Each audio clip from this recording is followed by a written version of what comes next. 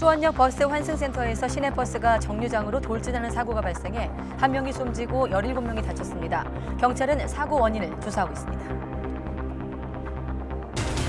서해안과 제주에 폭설이 내린 가운데 항공기 운항 취소와 지연이 속출하고 있습니다.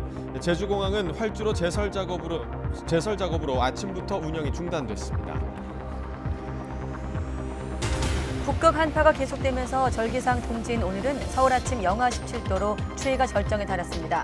성탄절 이후부터 추위가 다소 누그러지고 전국 곳곳에 눈이 내릴 전망입니다. 한동훈 비대위 체제가 결정된 국민의힘은 비대위원 인선을 앞둔 가운데 당 중진과 친윤계를 물갈이할지 시선이 쏠립니다. 여권발 쇄신 파장에 촉각을 곤두세우고 있는 민주당에선 이재명 대표가 이낙연 전 대표와 접촉하고 있는 것으로 전해졌습니다. 경복궁 담벼락에 스프레이로 낙서한 10대와 이를 모방한 20대 구속 여부가 이르면 오늘 결정됩니다. 처음 범행을 저지른 10대는 SNS에서 누군가의 지시를 받은 것으로 파악돼 경찰이 배후 추적에 나섰습니다. 체코의 수도 프라하에서 대학생이 총기를 난사해 최소 15명이 숨지는 사건이 발생했습니다. 집에서 자신의 아버지를 살해한 뒤 다니던 학교로와 범행을 벌인 것으로 드러났습니다. 뉴스큐 잠시 후에 돌아오겠습니다.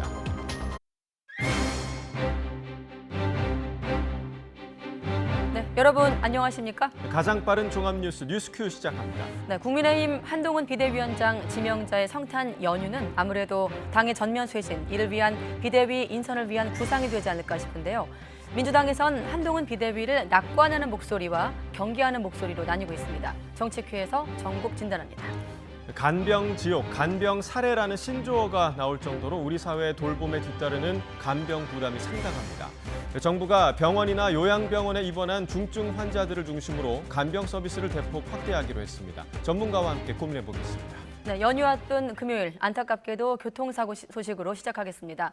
오늘 낮 1시 20분쯤 경기도 수원역 버스 환승센터에서 시민들 여러 명이 다치는 사고가 있었습니다. 네, 17명의 부상자 가운데 2명이 크게 다치고 또 1명이 숨졌는데요. 현장에 취재기자 나가 있습니다. 권준수 기자.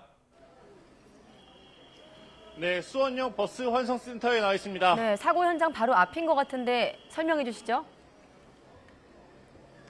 네, 시내버스가 정류장 위로 올라가면서 여러 시민들을 덮쳤습니다. 사고가 난 건 오늘 낮 1시 20분쯤인데요. 보시는 것처럼 버스 앞부분이 완전히 깨져 있고 신호등도 망가져서 거꾸로 매달려 있습니다. 당시 충격이 얼마나 컸는지 알 수 있는데요. 이 버스는 원래 승객을 태우고 디귿자 모양의 정류장에서 왼쪽으로 돌아 나갔어야 합니다. 하지만 그대로 인도로 돌진했고 건널목을 건너던 사람들까지도 쳐버렸습니다. 이 사고로 1명이 숨지고 2명이 중상을 입어 병원으로 옮겨지는 등 모두 17명이 다쳤습니다. 주변 시민들도 많이 놀란 모습인데요. 신고를 받고 출동한 소방당국은 현장에 응급의료소를 설치하고 응급처치에 나섰습니다. 현재 추가 인명피해는 발생하지 않고 있습니다. 경찰은 50대 여성인 시내버스 운전기사를 상대로 사고 경위를 조사하고 있습니다. 운전기사는 사고 당시 음주 상태는 아니었던 것으로 확인됐는데요. 신호등이 파란불에서 빨간불로 바뀌어 갑자기 브레이크를 밟는다는 게 악셀을 잘못 밟았다고 진술한 것으로 조사됐습니다. 경찰도 주변 CCTV를 확인하며 당시 상황이 어떻게 벌어진 건지 파악 중입니다.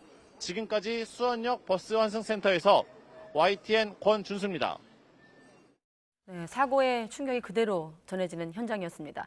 네, 그리고 제주와 서해안에는 사흘째 많은 눈이 내렸습니다. 네, 한파에 도로 곳곳이 얼면서 계량기 동파와 눈길 사고 등 폭설 피해가 잇따랐습니다. 오선열 기자입니다.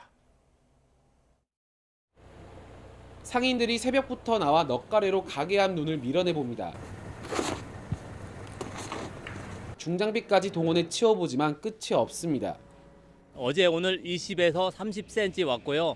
사람들이 통행하기가 너무나 힘들고 그리고 눈 치우기도 너무나 힘들어서 상가 주민들이 힘든 것 같습니다. 출근길에 나선 차량은 바퀴가 헛도는 등 좀처럼 제속도를 내지 못합니다. 폭설의 한파까지 겹치면서 마을길이 얼고 대중교통 이용도 불편을 겪었습니다. 차들도 못 다니고 아예 이제 첫 눈이어서 그랬는지 제설 작업이 안 돼 있었어요. 특히 노인 양반들 이제 차들이 안 다니고 하니까. 폭설 피해도 잇따랐습니다.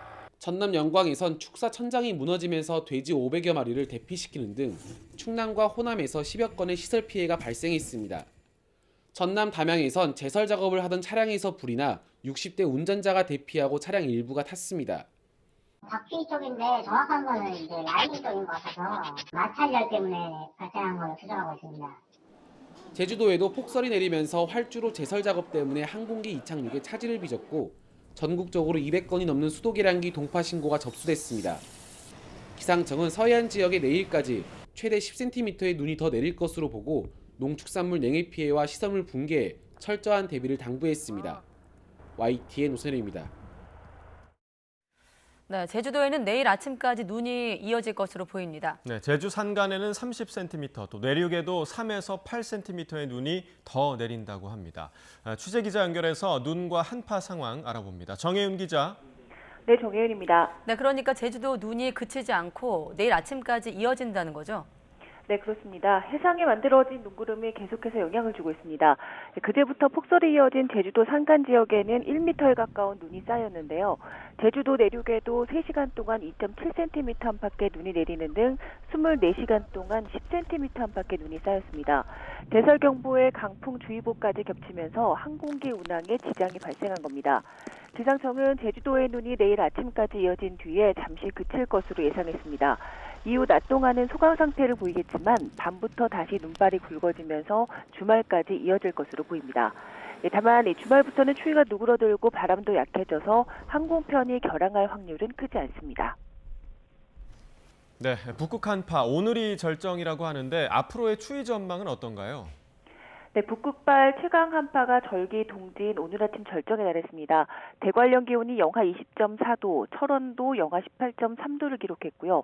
서울도 영하 14.7도로 이번 겨울 최저를 기록했습니다. 한파는 주말인 내일까지 하루 정도 더 이어지겠습니다. 이후에는 기온이 점차 오름세로 돌아서겠는데요. 성탄절 이브인 일요일에는 서울 아침 기온이 지금보다 10도가량 오르겠고 낮 기온도 영상권을 되찾을 전망입니다. 이후 연말과 새해 초까지는 큰 추위 없이 예년 이맘때의 겨울 날씨가 이어질 것으로 보입니다. 지금까지 YTN 정혜윤입니다. 기상 악화로 제주국제공항 활주로 운영이 오늘 오전부터 전면 중단되는 등 항공기 운항에 큰 차질을 빚고 있습니다. 한국공항공사 제주공항은 공항에 많은 눈이 내려 쌓이면서 제설 작업을 하느라 활주로 운영을 오후 4시까지 중단한다고 밝혔습니다. 이에 따라 오전 8시 20분부터 7시간 40분 동안 제주국제공항 활주로가 멈춰 서면서 항공기 지연 결항이 이어지게 됐습니다. 급성 호흡기 감염증 가운데 하나인 호흡기 세포 융합 바이러스 감염증 RSV로 입원한 환자가 최근 한 달 사이에 2배 가까이 증가했습니다. 질병관리청은 전국 병원급 의료기관 218곳을 대상으로 표본 감시를 한 결과 12월 3주차 RSV 입원 환자가 367명으로 11월 4주차 192명보다 1.9배 늘었다고 밝혔습니다. 연령별로 보면 1에서 6세가 47%로 가장 많았고 0세가 25%를 차지하는 등 신생아를 포함한 영유아 환자가 큰 비중을 차지했습니다. 코로나19에 이어 독감까지 유행하면서 공급이 부족해진 해열제와 항생제 약값이 오릅니다. 보건복지부는 건강보험정책심의위원회의 심의를 거쳐 새해부터 보험 약가를 인상하고 중증 질환 치료제에 건강보험을 적용하기로 했습니다. 이번 조치로 아세트아미노펜 현타객 해열제 2개 품목과 세프티토렌 피복실 소아항생제 2개 품목의 보험 약가가 내년 1월 1일부터 인상됩니다. 네, 한동훈 비대위 체제가 공식화하면서 한 전 장관과 함께 집권 여당을 이끌 비대위원회 면면으로도 관심이 쏠리고 있습니다. 한 전 장관이 무엇보다 당 이미지 쇄신을 위해 중도층과 수도권 또 청년층 공략을 위한 지도부를 꾸릴 거란 전망이 나오고 있습니다. 취재 기자 연결해서 자세히 알아봅니다. 강민경 기자. 네, 국회에 나와 있습니다. 네, 한동훈 전 장관 오늘 국회로 나온 건 아니죠? 그렇습니다. 성탄절 연휴 전인 오늘은 국회에 오지 않을 것으로 보입니다. 아직 비대위원장으로 공식 임명되기 전인 만큼 국회나 당사로 출근하는 게 적절하지 않다고 판단한 것으로 보입니다. 전국위원회 의결까지 나흘 남짓한 시간이 있는데 한 전 장관은 그동안 당 운영 방향을 구상할 거란 전망이 나옵니다. 총선기획단 소속 배준영 의원은 한 전 장관이 궁금한 사항 등을 물어보면 당이 필요한 자료를 제공하고 있고 소통 채널은 윤재옥 당대표 권한 대행이라고 설명했습니다. 가장 큰 관심은 새 지도부에 누가 포함될지입니다. 한 전 장관은 비대위원장 자격으로 당연직을 제외한 최대 12명까지 비대위원 인선에 영향력을 행사할 수 있습니다. 이른바 영남당 이미지에 갇혀 수도권 위기론을 불러왔다는 당 안팎의 우려가 큰 만큼 이를 고려한 인선 작업이 이루어질 거란 관측이 적지 않습니다. 특히 한 전 장관이 당의 외연 확장을 위해 중도층, 수도권, 그리고 청년층이라는 세 가지 키워드를 앞세워 비대위원을 뽑을 것이라는 전망이 나오고 있습니다. 지도부는 기대감을 내비치고 있습니다. 윤재옥 당대표 권한대행은 한 전 장관이 국민의힘의 위기를 극복하고 총선을 승리로 이끌 수 있는 여러 장점을 가진 사람이라고 평가했습니다. 직접 들어보시겠습니다.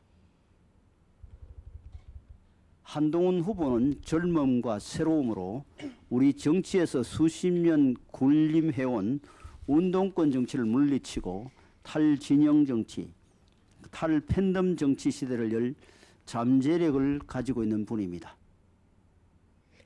당 일각에서는 이준석 전 대표를 비롯한 비윤계 인사들과 단합해야 한다는 주장도 나옵니다. 실제로 이용호 의원은 아침 회의에서 한동훈 비대위 체제는 당내 다른 목소리까지 과감하게 포용해서 함께 갈 것으로 생각한다고 말했습니다. 비대위원회에 공천심사를 주도할 공천관리위원장 인선에도 시선이 쏠려 있습니다. 여의도 정치권의 이른바 빛이 없는 한 전 장관이 쇄신의 기치로 대대적인 물갈이에 힘을 실을 수 있다는 전망이 나오고 있습니다. 네, 이번엔 더불어민주당 상황도 짚어보겠습니다. 한동훈 비대위에 대한 공세 수위를 높이면서도 또 내부적으로는 긴장해야 한다, 이런 기류가 읽힌다고요? 그렇습니다. 민주당은 한동훈 전 장관의 비대위원장 등판이 결정되자 비판 강도를 더 높이고 있습니다. 오늘 아침 회의에서는 한 전 장관에게 수평적인 당정 관계를 주문하며 오는 28일 본회의에 상정되는 김건희 여사 특검법을 수용하라고 압박했습니다. 홍익표 원내대표의 발언 직접 들어보시겠습니다. 쌍특검은 물론이고 해병대원 특검, 국정조사, 양평고속도로 국정조사 받는 것이 바로 그것이 혁신이고 한동훈 비대위원장이 해야 될 일입니다. 하지만 당 일각에서는 여권발 쇄신이 불러올 파장을 걱정하는 기류가 읽힙니다. 친명계 정성호 의원은 오늘 SNS에 한 전 장관은 윤석열 대통령과는 아주 다른 사람이고 냉철한 판단력과 강력한 실행으로 여당을 변화시킬 능력이 있다고 평가하며 절대 만만한 사람이 아니다라고 적었습니다. 비주류를 중심으로는 여당은 스타 장관, 정치 신인, 70년대생이라는 한 전 장관의 필두로 쇄신의 물꼬를 튼 반면 민주당은 상대적으로 변화 움직임이 더디다는 우려도 나오고 있습니다. 특히 송영길 전 대표의 구속 등으로 불거진 86 운동권 용퇴론으로 내홍이 거세지는 분위기입니다. 검사 출신 한 전 장관의 등판으로 이재명 대표의 사법 리스크가 오히려 부각될 수 있다는 걱정 역시 적지 않습니다. 이른바 이낙연 신당 등 가시화하는 내부 분열을 막아야 하는 건 역시 큰 과제로 꼽힙니다. 이재명 대표 측 관계자는 YTN과 통화에서 이낙연 전 대표와도 대화하려고 접촉하고 있다고 밝혔습니다. 하지만 이 전 대표는 이재명 대표의 사퇴를 전제로 한 통합 비례의 구성을 대화의 조건으로 내거는 등 냉랭한 기류를 유지하고 있습니다. 이 전 대표가 못 박은 연말이라는 시한이 다가오면서 양측의 물밑 신경전은 더욱 거세질 것으로 보입니다. 지금까지 국회에서 YTN 강민경입니다.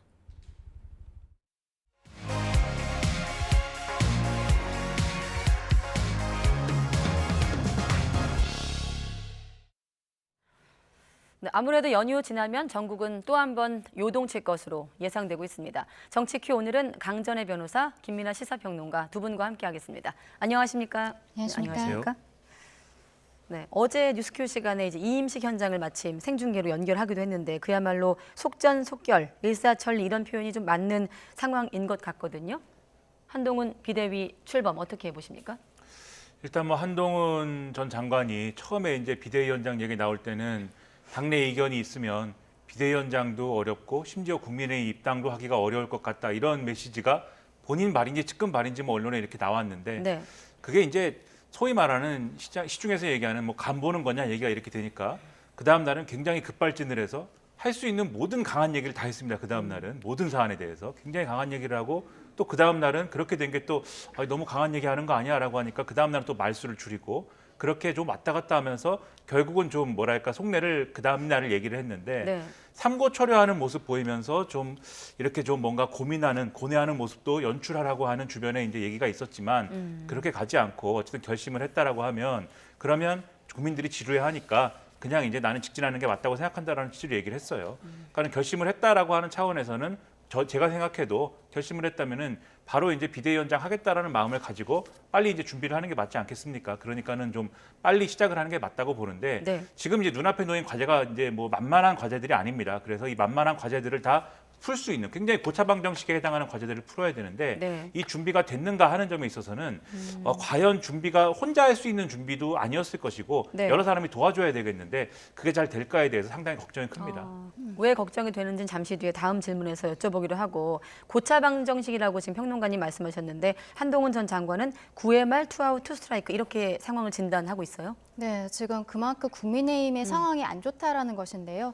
지난번에 인요한 혁신위가 띄워졌던 상황을 보면은 강서구청장 보궐선거에서 17%포인트 차이로 완전히 참패를 했죠. 그러면서 혁신위원회가 시작은 좋았는데 중간부터 당 지도부와의 어떠한 갈등으로 보이는 부분들이 있으면서 인요한 혁신위원회가 먼저 사퇴를 했고 그리고 그 이후에 김기현 당대표조차 사퇴를 하지 않았습니까?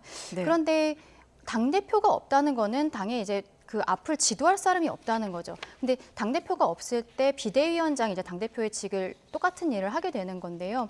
문제는 저는 이제 한동훈 장관이 빨리 등판을 하게 된 이유가 지금도 어저께 이미 이제 어느 정도 결정은 됐지만 전국위원회에서 의결을 한번 득을 해야 되는데 그게 26일 날 오전 10시에 한다고 하더라고요. 네. 그럼 26일 날 오후부터 한동훈 장관이 비대위원장으로서 일을 하게 됩니다. 그러면 첫 번째로 28일 날 국회 본회의에서 소위 그 김건희 특검이라는 것이 민주당 측에서 처리를 할 것으로 예상이 되는 거죠. 그렇다면은 민주당이 지금 168석을 갖고 있기 때문에 뭐 일방적으로 처리는 가능한 상황입니다만 이 어떻게 단일 대우를 할 것인가 아니면은 어떤 방식으로 여기에 대할 것인가 이거가 현재 당대표가 없는 상황이기 때문에 국민의힘 입장에서는 내년 총선을 생각했어도 28일 날의 입장을 정확히 밝혀야 되는 거거든요. 네. 그래서 한동훈 비대위원장 이 체제가 들어온 게 좀 속도감이 있지 않았나 그렇게 생각을 합니다. 특검 그런 일련의 과정은 좀 의식한 네. 행보로 읽힌다. 자, 한동훈 비대위원장 지명자 입장에서 가장 큰 과제는 이제 비대위를 구성해야 되고 급선무는 그 다음에 이제 그 비대위가 당정 관계를 어떻게 수립할 것인가 그리고 말씀하신 특검에 어떻게 대응할 것인가 아니겠습니까? 지금 보면 당내에선 비대위 모두 70년대 이후 출생자로 채우라 이런 제안도 나왔어요.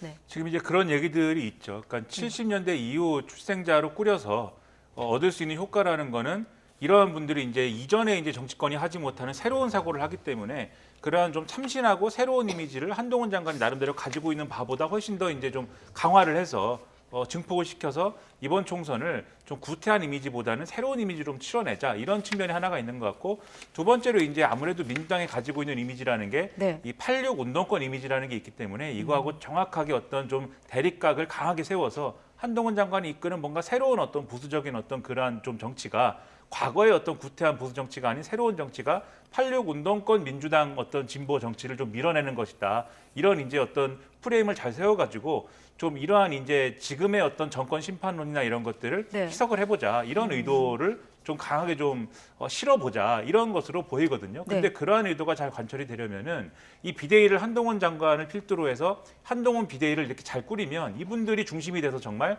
총선 전략을 세우고 이것을 집행할 수 있는 구조로 비대위가 돌아가야 됩니다.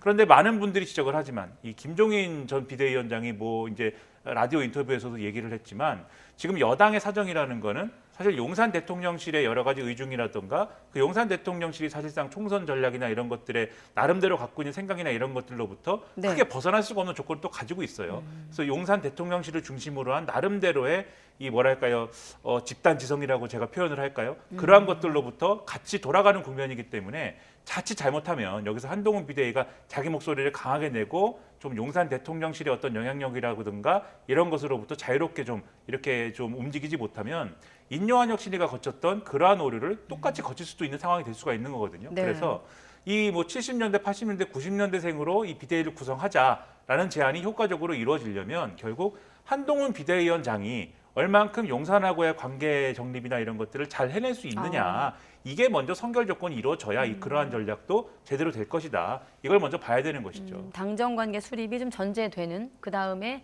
비대위 인선이 있어야 된다 말씀하셨는데 바로 여쭤보면 마침 또 대통령이 최근 참모들과의 자리에서 한동훈 전 장관은 있는 그대로 나에게 말해줄 사람이라고 말을 했거든요. 바꿔 말하면 있는 그대로 말해주는 사람이 없다고도 들리는데 어떻습니까? 네, 뭐 안타깝게 생각하면 그렇게 볼 수도 있을 것 같습니다. 네. 그러니까 그동안에 김기현 전 대표가 이제 사퇴를 하게 된 배경에도 대통령과의 소통이 좀 미흡하지 않았나라는 것이 있었고 네. 소통이 미흡하다는 것은 대통령에게 직접적인 이야기를 하기가 어렵다라는 걸로 볼 수밖에 없거든요.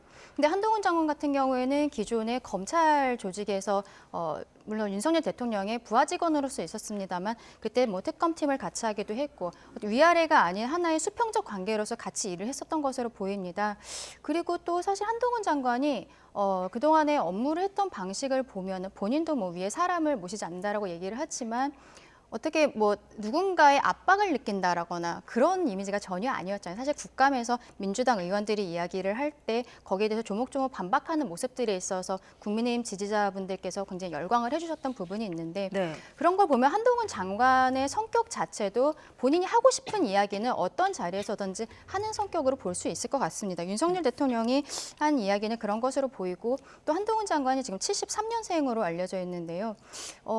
그래서 한동훈 장관과 함께하는 비대위원이 좀 젊은 층에서 들어가면 좋지 않을까라는 이야기를 그건 이제 하태경 의원 발로 나온 것이기는 한데 저는 꼭 나이로 이거를 나눠야 되나 그런 생각은 좀 신중하게 접근해야 될 것 같습니다. 왜냐하면 비대위원장 본인이 한동훈 장관이 선거 경험이 전혀 없는 사람이거든요. 그런데 이번에 비대위원회는 이번 공천 관리도 해야 되고 그리고 그 이후에 선대위까지도 이제 모든 것을 관리하는 당 지도부로서의 역할을 해야 되는데 일단 비대위원장 본인이 어떠한 선거 실무의 경험이 있다라고 보기는 어려워요. 그렇다면은 네. 그 옆에서 비대위원이 정확하게 이야기를 해줄 수 있는 사람들이 필요하고 그거는 저는 나이를 뭐 70년대생, 80년대생 나눌 것이 아니라 당의 중진으로서 이 실무를 정확히 알고 있지만 나이와 상관없이 그러니까 말하자면 꼰대는 들어오지 않는 것으로 하고 싶다. 지금 민주당에서 보여주기에는 지금 58 세대들에 대한 이 반대적인 이미지를 지금 하고 싶다는 거 아닙니까? 네. 근데 그거를 꼭 나이로 나눌 필요는 없다라고 생각을 합니다. 제가 이 대통령의 말씀을 채널A가 보도한 것에 대해서 한 말씀 드리면은 네.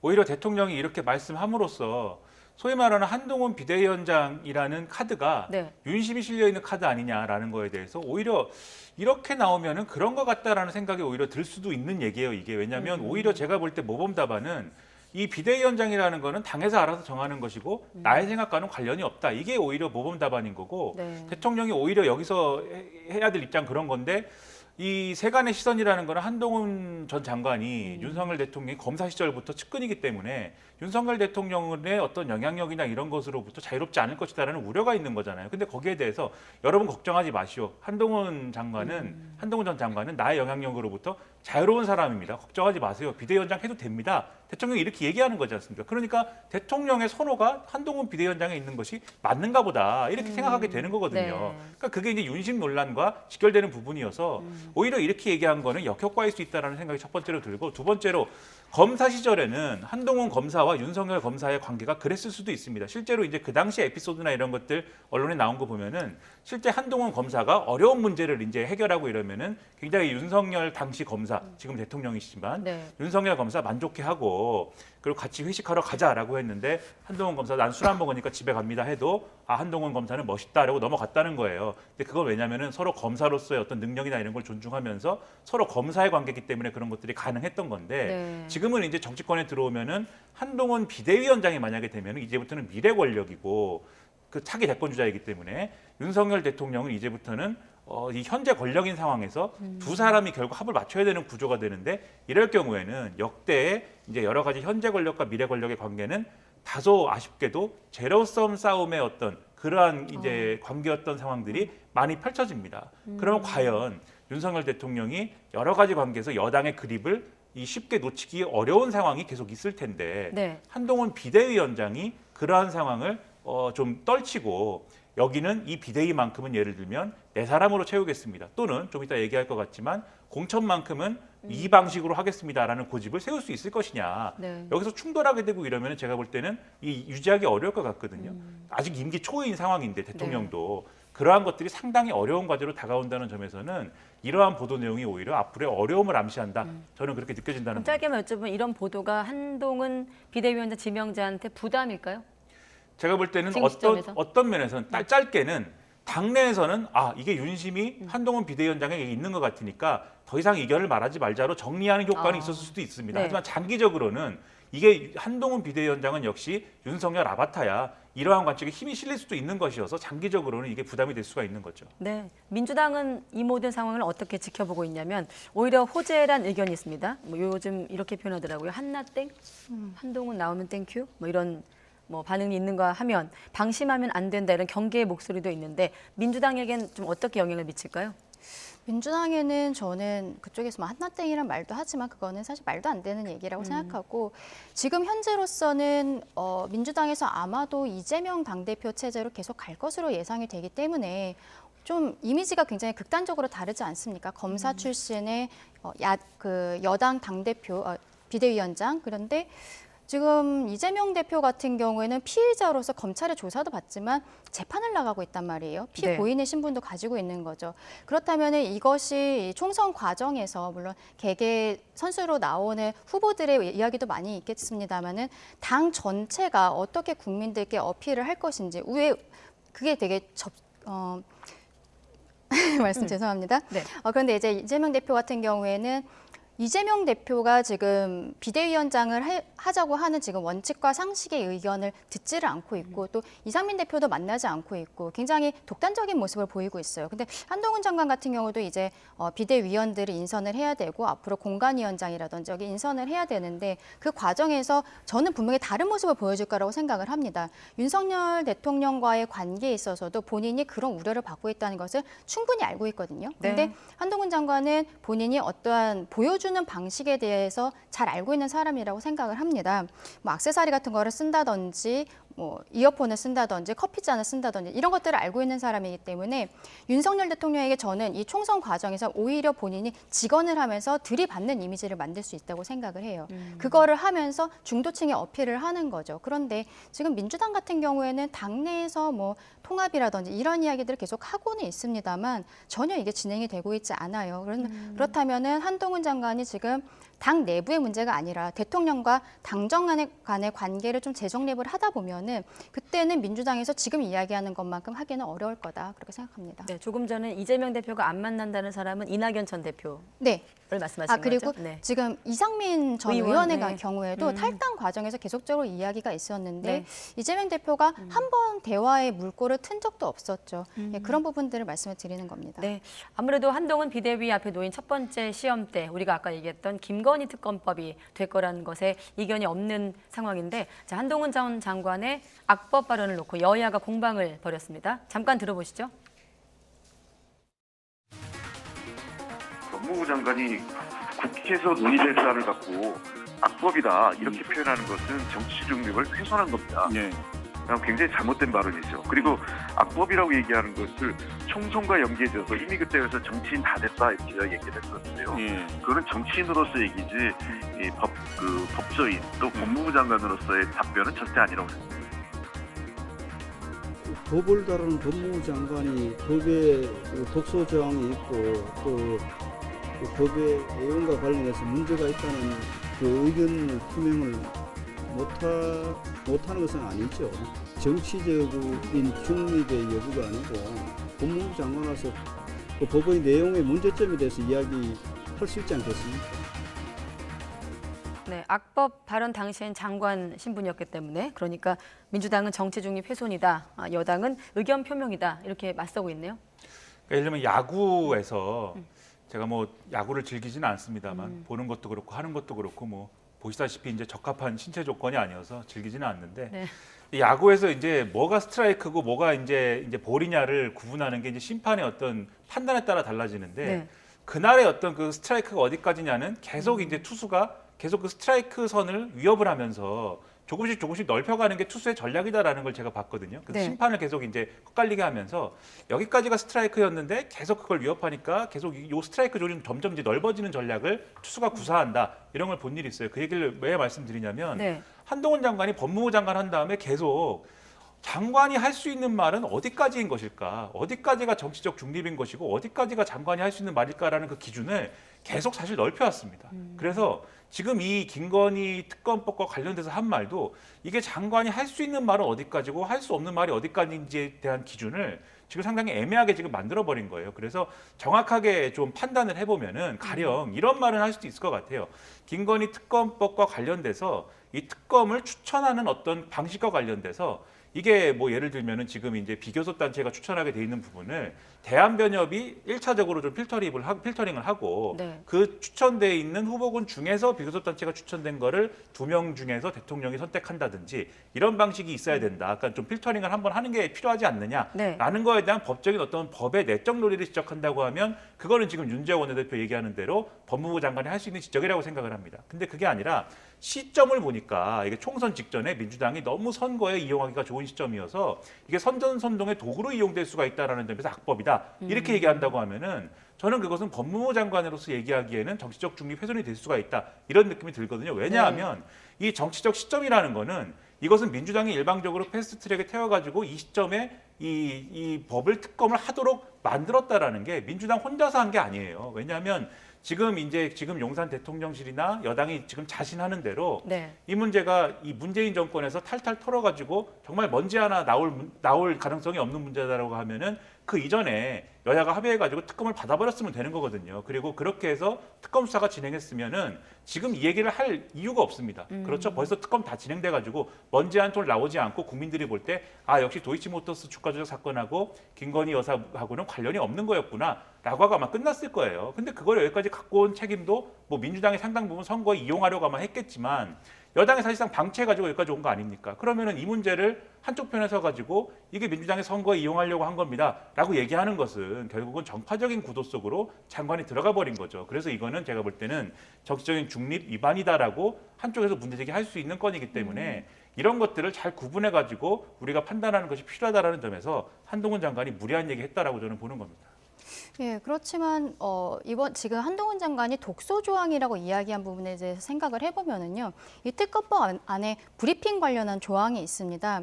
근데 이게 특검이 시작이 되면은 당장 내년에 총선이 있잖아요. 그럼 그때까지 여기에 대한 어떤 유무죄 판결까지 나올 수는 전혀 없습니다, 시기적으로. 하지만 매일같이 이 특검팀에서 어떤 걸 수사를 하고 있고 수사 과정에 대해서 매일 이야기를 하게 되는 네. 거거든요. 그렇게 하면 국민들의 입장에서는 이것을 봤을 때 이거는 피고인이 피의자를 조사를 하는 것은 범죄의 혐의가 있다라고 생각해서 지금 조사를 하고 있다라는 선입견을 갖게 된단 말이에요. 그럼 국민이 누가 봐도 이것은 국민의힘이 뭔가 문제가 있다. 대통령 가족이 다 문제가 있으니까 국민의힘을 총선에서 심판을 해야겠다는 생각을 할 수밖에 없는 거죠. 지금 한동훈 장관이 얘기를 한 독소 조항이 브리핑 조항이라는 것이 그런 뜻을 말씀을 드리는 거고, 다만 여기에 대해서 한동훈 장관이 이야기한 거를 또 다시 한번 생각을 해보면 그 김건희 특검법에 대해서 시기의 문제에 대해서 이야기를 하고 있는 것이지 하지 말자라고 이야기한 것은 아닙니다. 그 내용을 찬찬히 살펴보면 그렇거든요. 그렇다면은 한동훈 장관이 지금 시기적인 이야기를 했기 때문에 이번에 대통령에게는 어떻게 보면 제2요구권을 행사를 하고 그 이후에 총선 이후에 정정당당하게 다시 한번 특검을 해서 거기에 대해서 이거를 털자라고 생각을 할 수도 있는 거죠. 왜냐하면 지금 한동훈 장관 같은 경우에는 이번에 비대위원장직을 수락을 했다는 것은 본인이 내년 총선에서 국회의원 배지를 달겠다라는 것은 아니라고 봅니다. 다음 대선을 생각하는 거라고 봐야 되는데 그렇다면 대선 과정에서 결국 김건희 여사에 대한 의혹은 국민적으로 이건 털고 가야 되는 문제라고 생각을 할 수밖에 없거든요. 그렇기 때문에 한동훈 장관이 시기에 대해서 문제 제기를 한 것이지 김건희 특검법 전체적인 것에 문제 제기한 것은 아니라고 봐야 될 것 같습니다. 민주당 얘기도 해야 돼서 좀 서둘러 가겠습니다. 민주당 얘기 넘어가기 전에 지금 한동훈 전 장관 머릿속에 이준석 전 대표에 대한 부분은 어느 정도 비중일까요? 만날 것인가 안 만날 것인가? 한동훈 전 장관이 이제 뭐 누구든 가리지 않고 만나겠다 이렇게 얘기를 했는데 이준석 전 대표나 유승민 전 의원 같은 사람 요런 이제 인사들을 만나는 문제는 사실 뭐 만날 수야 있겠습니다만은 만나는 게 중요한 게 아니라 만나서 실질적인 성과를 더 도출하느냐. 구체적으로는 이준석 전 대표가 추진하는 신당 프로젝트 중단시킬 수 있는 거냐, 다시 품에 안을 수 있는 거냐, 이게 문제 아니겠습니까? 근데 이 문제는 결국은 이것도 윤심에 달린 문제예요, 사실. 그러니까는 왜냐하면 이준석 전 대표가 이 당 밖으로 축출된 결정적인 사건 뭐냐면은 물론 이제 성상납 의혹 이것 때문에 윤리위에서 결국은 결정이 나서 그렇게 된 거긴 하지만 정치적으로는 그건 이제 법리적 문제인 것이고 정치적으로는 결국은 이제 윤석열 대통령이 보낸 텔레그램 문자 체리 따봉 문자라고 하는 거기서부터 시작된 어떤 일련의 이제 사건들 때문에 이렇게 된 거 아니겠습니까? 그렇다고 하면은 그리고 이제 사실은 이후에 밝혀진 것이긴 하지만 윤석열 대통령이 이 국민의힘에 입당하기 전부터 이준석 전 대표는 사실 같이 가기 어렵다라는 판단을 이미 하고 있었다라는 정황이나 이런 것들도 이미 밝혀진 바가 있는 거잖아요. 그렇다면 한동훈 비대위원장이 만약에 돼서 이걸 추진한다고 했을 때는 윤석열 대통령의 양해가 있어야 사실 이것도 껴안을 수 있는 부분이 있는 거거든요. 근데 그런 부분을 할 수 있을 것이냐. 만약에 윤석열 대통령의 양해도 없는데 이제 그런 것들을 해야 된다라고 했을 때는 상당한 부담을 가지고 한동훈 비대위원장이 자기 목소리를 내야 된다라는 건데 이게 자칫 잘못하면 이후에 공천 국면이나 이런 것까지 다 엮여가지고 지금 이 언론이 요구하는 거는 상당히 많은 것들을 친윤 기득권까지 다 배제하고 한동훈 비대위원장이 자기 목소리 내가지고 독자적인 공천을 해야 된다고 하는 건데 자칫 잘못하면 이성계 아들한테 수양대군 되라는 얘기가 될 수가 있어서 상당히 무리한 요구가 될 수가 있는 거여서 좀 상당히 지켜봐야 될 문제다라고 생각을 합니다. 네, 들이받는가 그 여부라고 많은 대담자들이 얘기하시더라고요. 들이받는가? 저는 어떻게 그런 예상하십니까? 내용에서도 아마 한동훈 비대위원장이 되면은 이준석 대표를 만날 거라고 생각을 해요. 왜냐하면 한동훈 비대위원장이 되면은 그때는 당정과의 관계에 있어서 본인이 수평적인 관계라는 거를 보여줘야 되는 거고 한동훈 장관이 보여주는 것을 국민들께 어떻게 보여줘야 되는지 이 방식을 좀 잘 아는 사람이기 때문에 윤석열과 다르다, 윤석열의 아바타 아니다라는 거를 보여주기 위해서라도 이준석 대표를 저는 만나는 이 모습을 보일 것이라고 생각을 합니다. 그리고 뭐 이준석 대표를 보게 되면은 유승민 의원이라든지 지금 좀 비윤계로 보이는 이런 의원들도 아우르는 모습들을 보여줄 것이라고 생각을 하고요. 본인이 이러한 역할들을 해야만 다음번에 물론 공관위원장이라든지 아니면 선대위원장이 누가 들어올 것인가도 중요하지만 결과적으로는 이준석을 품고 가야 된다는 거에 대해서는 어느 정도 좀 당내에서의 기류가 있지 않겠습니까? 근데 시기적으로 봤을 때는 한동훈 위원장이 위원장으로 올라가는 26일이 될 것으로 보여요. 그날 오전에 전국위원회가 있기 때문에. 근데 이준석 대표가 탈당하겠다라고 이야기한 것은 27일입니다. 바로 다음 날이에요. 그러면은 한동훈 위원장이 됐을 때 그때 언론에서 더 이상 이준석 대표에 대해서 포커스를 맞추기 어려울 겁니다. 이준석 대표가 예전에 당대표 됐을 때 자전거 타고 출근하는 것까지 언론에 완전 메인으로 나올 정도였잖아요. 그만큼 아마 한동훈 비대위원장에 대해서도 그때 엄청난 관심을 갖게 될 것인데 그러면은 이준석 대표 입장에서는 조금 뻘쭘해질 수 있는 거죠. 바로 다음 날 나는 탈당을 해야 되는데 언론에서 나에게 큰 관심을 가져주지 않는 모습이 있을 수 있습니다. 그러면 저는 그때쯤 해서 한동훈 위원장이 바로 이준석 대표를 만나서 탈당을 하지 않고 우리 함께 가자라는 모습을 보여줄 것이라고 좀 생각을 합니다. 알겠습니다. 자, 민주당 이재명 대표 이런 여당의 인적 쇄신 움직임에 맞서서 사실 당의 내부 분열을 좀 막아야 되는 과제를 안고 있는데 아직도 아까 말씀하셨다시피 이낙연 전 대표의 대화는 요원해 보입니다. 관련 발언도 모아봤습니다. 그동안 이제 이낙연 전 대표께서 당에 대해서 이런저런 말씀을 많이 했습니다. 받아들이지 않았을 뿐만이 아니고 그 과정에서 배려가 전혀 없이 이렇게 진행되는 것에 대해서 상당한 서운함을 느끼셨던 것 같고요. 그럼에도 저도 이제 말씀을 드렸습니다마는 지금 현재 저희들이 총선 승리를 위해서는 통합과 단결이 필요하니까 신당은 안 하셨으면 좋겠다. 이낙연 전 대표에게 저희들이 말씀드린 거 못지않게 당 지도부가 아무튼 노력을 해야 된다고 생각합니다. 이재명 대표 사퇴 후 통합 비대위를 전제로 한 만남은 저는 만남이 아니라고 봅니다. 그러지 말고 저는 만나서 그 얘기를 포함한 모든 얘기들을 흔쾌하고 허심탄회하게 하면서 그 속에서 활로를 개척하는 게 민주당 지도자리 아닌가 그런 생각이 들어서 저는 두 분이 좀 편하게 만나서 허심탄회하게 얘기하는 자리를 갖고 2단계로 그럼 그 이후에 어떻게 할 것인가 이런 단계를 벗어나가는 그 같이 아무튼 지금 분위기로서는 이낙연 전 대표 신당 동력이 좀 상실된 상황이기 때문에 한동훈 비대위원장이 이준석 전 대표를 만나는 것보다 이게 더 쉬워 보이거든요. 왜 이렇게 어려운 겁니까? 이제 각자 이게 뭐 밖에서 보면은 이게 만나는 게 쉬울 텐데 왜 어렵지라고 이제 우리가 느낄 수 있지만 각자의 사정 속으로 들어가 보면은 또 각자의 어려운 사정들이 있는 것이죠. 그러니까 민주당 입장에서 보면은 특히 이재명 대표 입장에서 보면은 이낙연 전 대표를 만날 때 어떤 조건을 가지고 만나서 어떤 성과를 낼 거냐 이게 중요한 것인데 지금 만나는 조건 자체가 놓여 있는 환경 자체가 상당히 만나서 성과를 내기가 어려운 조건입니다. 이낙연 전 대표가 요구하는 거는 결국은 이재명 대표가 사퇴하는 거지 않습니까? 통합비대위 꾸리라는 게 사퇴를 전제로 한 것이기 때문에. 근데 이재명 대표는 사퇴할 의사가 전혀 없는 것이고 사퇴를 하더라도 공천 작업 다 한 다음에 내년 1월 지나고 나서 이제 사퇴를 하더라도 할 수 있다 뭐 이런 분위기인 거잖아요. 그것도 이제 제대로 얘기한 적은 없습니다만 우리가 추측하기로는 그 정도 시점이 될 거다라고 하면은 만나더라도 결국 연내에 만나야 되는데 이낙연 전 대표가 자기가 신당 창당은 이제 내년에 한다라고 얘기를 하고 있으니까 연내에 만나야 되는데 연내에 만나서 이게 뭔가 그 점에서 합의가 안 되면은 만나서 결국은 합의가 안 됐으니까 상황은 악화될 거 아니겠습니까? 그래서 만나지 않겠다라고 할 수밖에 없는 건데 만약에 이낙연 전 대표가 만나서 성과를 내고 싶으면 적어도 이 신당 창당의 동력이 살아 있어서 이재명 대표가 사퇴를 할 수밖에 없게 만드는 무슨 레버리지가 있어야 되는 거죠. 근데 그것도 있는 것도 아니고 이러니까 이제 못 만나는 거거든요. 그래서 지금 본 것처럼 이낙연 전 대표가 사퇴를 하라는 그 요구라도 좀 이 요구 아니라도 좀 낮춰주고 그러면은 이재명 대표가 이 움직일 수 있는 공간이 생기니까 그러면 만나가지고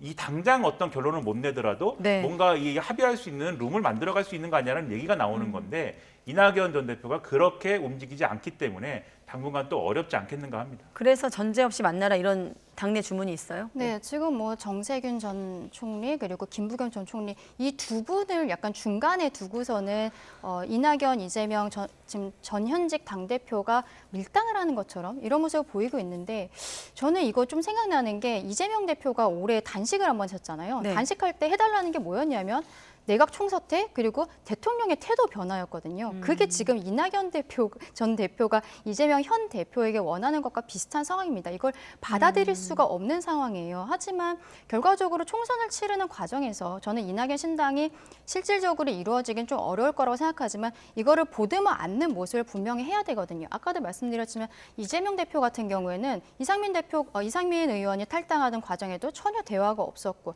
당 내에서 소통이 되지 않는다는 거예요. 본인의 지금 뭐 공천 문제들도 있지 않습니까? 친명 원외 당협위원장들이 지금 비명 당협위원장들을 치고서 들어오는 모습들을 보여주고 있기 때문에 이런 것들에 대한 문제를 해결하기 위해서도 이재명 대표가 한번 이낙연 대표를 만나는 모습은 보여줘야 될 것 같다 그렇게 생각합니다. 네, 알겠습니다. 마침 또 이재명 대표가 대통령을 만날 예정이거든요. 신년회에 참석하기로 했는데 이 모든 내용을 포함해서 다음 주는 전국에 좀 요동을 칠 것으로 예상됩니다. 네, 연휴 잘 보내십시오. 네, 강전의 변호사 김민아 평론가였습니다. 고맙습니다. 네, 감사합니다. 고맙습니다.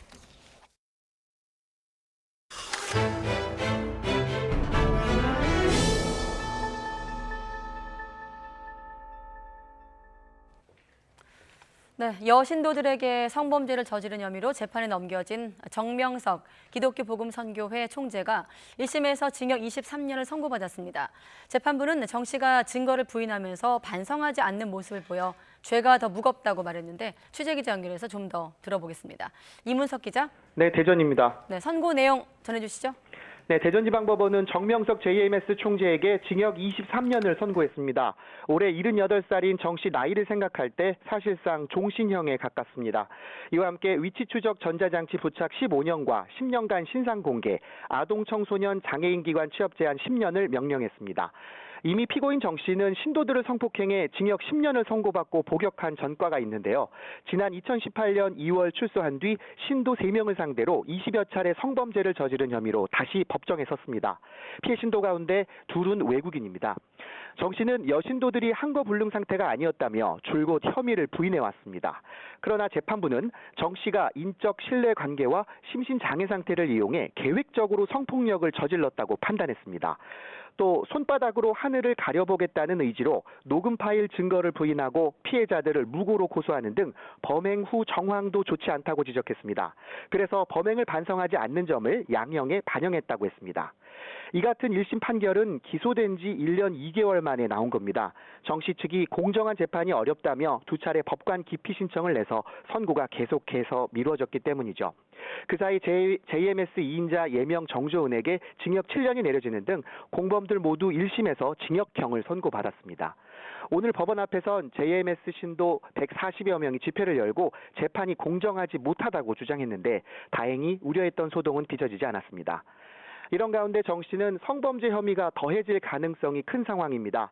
또 다른 신도 18명이 정 씨에게 성범죄를 당했다고 신고해 경찰과 검찰이 추가로 수사하고 있습니다. 지금까지 대전에서 YTN 이문석입니다. 미국에서 마약을 투약한 혐의로 재판에 넘겨진 전두환 씨의 손자 전우원 씨가 1심에서 징역형의 집행유예를 선고받았습니다. 서울중앙지방법원은 마약류관리법 위반 혐의 등으로 기소된 전 씨에게 징역 2년 6개월에 집행유예 4년을 선고하고 보호관찰 3년과 약물치료 수강 80시간 등을 명령했습니다. 재판부는 전 씨가 범행 당시에는 죄의식이 없었던 것으로 보이고 투약 장면을 SNS를 통해 방송해 모방범죄를 초래하는 등 사회에 나쁜 영향을 끼쳤다고 질타했습니다. 다만 뒤늦게나마 뉘우치며 수사에 적극적으로 협조한 점 등을 고려해 국가의 감독을 받으며 건강한 사회생활을 할 기회를 부여한다고 덧붙였습니다. 온라인 커뮤니티에 용산 대통령실을 폭파하고 윤석열 대통령과 이재명 더불어민주당 대표를 흉기로 찌르겠다는 게시글이 올라와 경찰이 수사에 나섰습니다.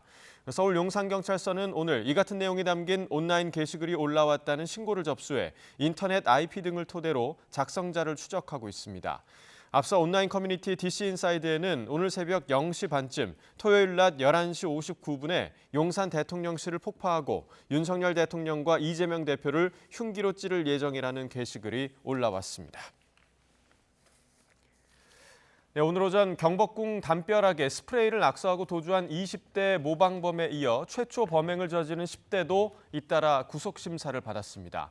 경찰은 최초 범행을 저지른 임군이 SNS에서 접촉한 사람에게 지시를 받아 범행한 것으로 보고 배후를 추적하고 있습니다. 취재기자 연결합니다. 안동준 기자. 네, 사회부입니다. 네, 최초로 경복궁에 낙서한 임모군도 구속심사를 받았죠. 어떤 얘기를 했나요? 네, 조금 전인 오후 3시쯤 경복궁 낙서범 17살 임모군이 구속영장 실질심사를 받기 위해 서울중앙지방법원에 출석했습니다. 취재진은 임군에게 여러 질문을 던졌지만 임군은 아무런 대답도 하지 않고 법원으로 들어갔습니다. 직접 들어보시겠습니다. 범행 혐의 모두 인정하시나요? 범행 수락은 왜 하신 거예요? CCTV로 잡힐 줄 모르셨나요? 누나인데 거부감 없으셨어요?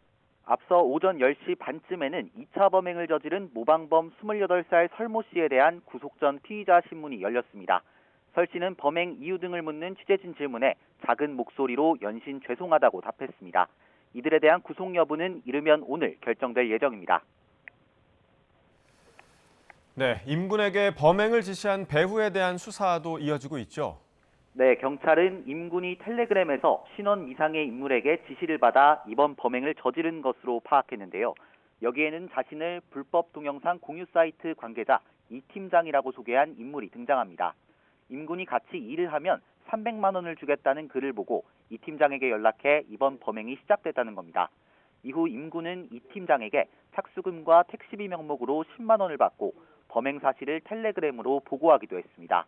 이 팀장은 임군에게 광화문 광장에 있는 세종대왕 동상에도 낙서하라고 지시한 것으로 파악되는데요.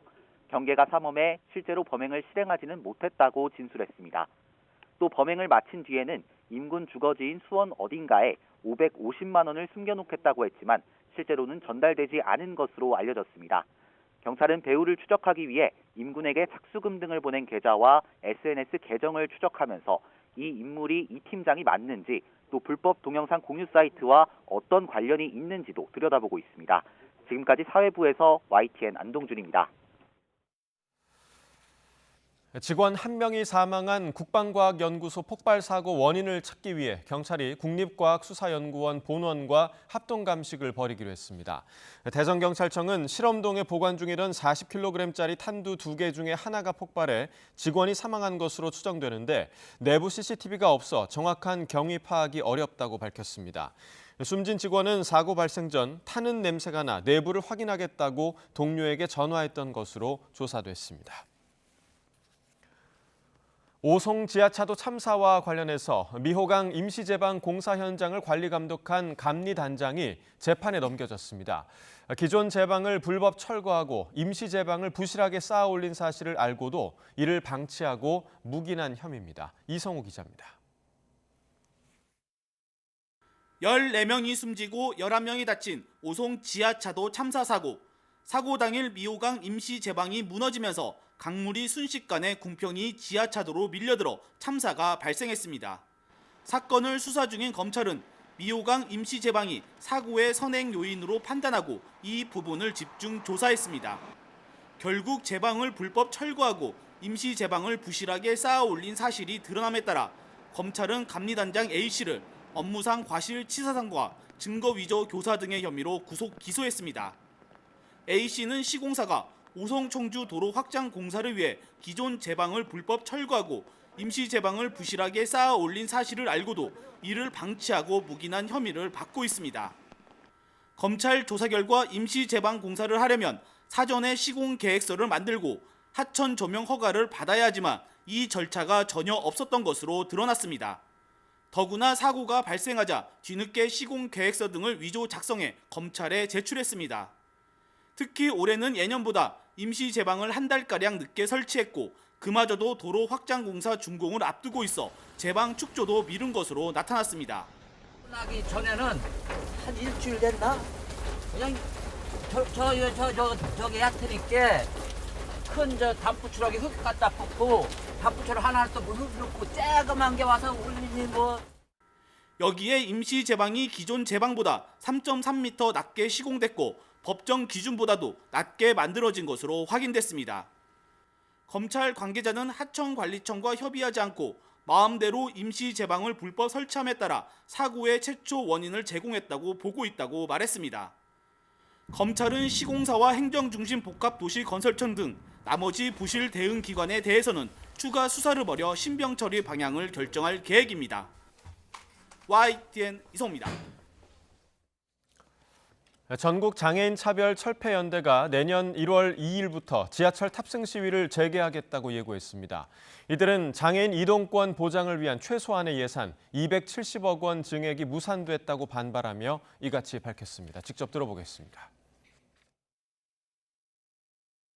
22년을 외쳤고 2년 동안 저희가 장애인도 이동하고 교육받고 노동하며 지역에서 함께 살아갈 권리, 시작인 바로 이동권의 예산을 이렇게 무참하게 짓밟아 버렸습니다. 마지막 순간 기획재정부가 그것을 거부했다고 합니다. 죄송합니다, 시민 여러분. 정말 죄송합니다.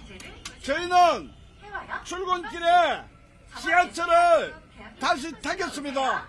그래서 모두를 위한 이동의 자유, 교통약자들의 권리, 장애인들에게는 불가능한 이동의 이러한 문제들을 해결하기 위해서 비장애인과 동등한 평등하게 안전하고 편리하게 이동할 권리를 보장받기 위해서 저희는 출근길에 지하철을 타겠습니다. 지난해 9월 윤석열 대통령 미국 순방 당시 불거진 비속어 논란 보도와 관련해서 외부 전문가도 감정이 어렵다는 판단을 내렸습니다. MBC 법률대리를 맡은 박용범 변호사는 오늘 서울 서부지방법원에서 열린 외교부의 정정보도 청구 소송 재판이 끝난 뒤 외부 감정인이 음질 등 예민한 쟁점이 되는 부분에 대해 감정 불가로 판단했다고 설명했습니다. 앞서 재판부는 보도 진위를 파악하기 위해 당시 윤 대통령 음성을 감정하는 방안을 원고와 피고 측에 제안했고 양측이 이를 수용했지만 결국 발언의 진위를 제대로 가리지 못한 채 변론이 종결됐습니다. 비속어 논란 보도에 대한 선고 공판은 내년 1월 12일에 열립니다.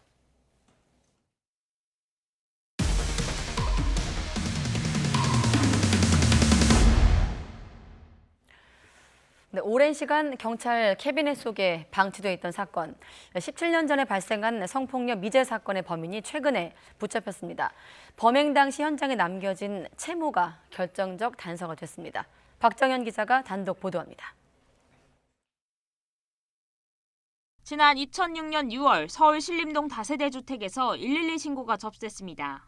현관문이 열린 틈을 타 여성 혼자 있는 집에 모르는 남성이 들어와 성폭행하고 달아났다는 내용이었습니다. 경찰은 즉각 수사에 착수했지만 주변을 비추는 CCTV가 없어 용의자를 특정하는 데 난항을 겪었습니다. 단서는 현장에서 발견된 범인의 채모 한 가닥뿐. 이마저도 당시 DNA 데이터베이스가 구축돼 있지 않아 마땅히 써먹을 방법이 없었습니다. 결국 사건은 한참을 캐비닛 안에서 잠들어야 했습니다. 그런데 경찰이 최근 사건 발생 17년 만에 용의자를 검거하는 데 성공했습니다. 미제로 남은 성폭력 사건 속에 신원미상 DNA를 지난해 전수조사하면서 현장에 남은 채모 유전자와 일치하는 인물을 찾아낸 겁니다. 2010년부터 시행된 현행법으로 살인이나 강도, 성폭행 등 강력범죄를 저질러 유죄 판결을 받거나 구속된 피해자들 DNA를 채취해 보관하고 있는데 용의자인 70대 남성 A씨가 2011년 다른 강도 범죄로 실형을 살게 되면서 데이터베이스에 유전 정보가 등록된 사실을 최근 경찰이 밝혀낸 겁니다. 성폭력 사건은 한 여성의 인생을 송두리째 앗아갈 수 있는 중대한 사건이기 때문에 어떻게든 끝까지 범인을 잡겠다는 생각으로 수사에 임했습니다. 다만 DNA는 어디까지나 간접 증거일 뿐 직접 증거로 인정되지는 않고 A씨도 범행을 강하게 부인하고 있어 혐의 입증을 위한 추가 조사가 불가피합니다. 경찰은 당시 사건 기록을 재검토하고 추가 피해자가 있는지 등을 수사한 뒤 A씨를 검찰에 넘길 예정입니다. YTN 박정현입니다. 우리나라 10가구 가운데 한 가구는 노인 혼자 사는 가구인 것으로 나타났습니다. 통계청이 발간한 통계플러스 겨울호를 보면 지난해 전체 가구 가운데 가구주의 나이가 65세 이상인 1인 가구가 8.7%를 차지했습니다. 전체 가구 대비 노인 가구의 비율은 4가구 가운데 한 가구꼴인 24.1%였습니다. 또 노인 가구주 가운데 절반인 49.9%가 직업이 없었고 생산직이 25.6%, 자영업자가 22.6%로 그 뒤를 이었습니다. 지난해 서울이 6년째 전국에서 1인당 개인소득 1위를 기록했습니다. 통계청이 발표한 2022년 지역 소득 자료를 보면 지난해 전국의 1인당 개인소득은 2,339만 원으로 집계됐습니다. 서울이 2,611만 원으로 전국 17개 시도 가운데 가장 많았습니다. 서울은 2017년 울산을 제치고 1위로 올라선 뒤 6년 연속 순위를 유지하고 있습니다. 네, 직장인이 서울에서 내 집을 마련하려면 번 돈을 한 푼도 쓰지 않고 15년 넘게 모아야 하는 것으로 나타났습니다. 내 집 마련 필요성이 커지면서 주택 자가 보유율은 2006년 이후 최대치를 기록하기도 했습니다. 윤혜리 기자가 보도합니다. 국토교통부가 전국 5만 1,000가구를 대상으로 지난해 주거 실태를 파악했습니다. 중산층의 연소득 대비 주택가격 배수를 뜻하는 PIR은 서울이 15.2배로 조사됐습니다. 꼬박 15년치 월급을 모아야 서울에서 웬만한 내 집 마련을 할 수 있다는 의미입니다. 지역별로 전국은 6년 3개월, 수도권은 9년 3개월이 걸렸습니다. 집값이 폭등했던 재작년보다는 다소 줄었지만 집을 장만하는 게 여전히 쉽지 않은 셈입니다.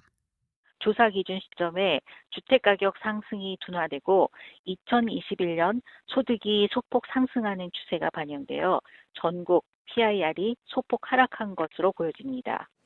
내 집 마련 필요성은 커지면서 자가를 보유한 비율은 꾸준히 늘고 있습니다. 지난해 전국 자가 보유율은 61.3%로 지난 2006년 관련 통계를 집계한 이래 최고치를 기록했습니다. 생애 처음으로 내 집 마련을 하는 데에는 평균 7년 4개월이 걸렸습니다. 임차 가구의 경우 전국 기준 월소득의 16%를 임대료로 내는 것으로 조사됐습니다.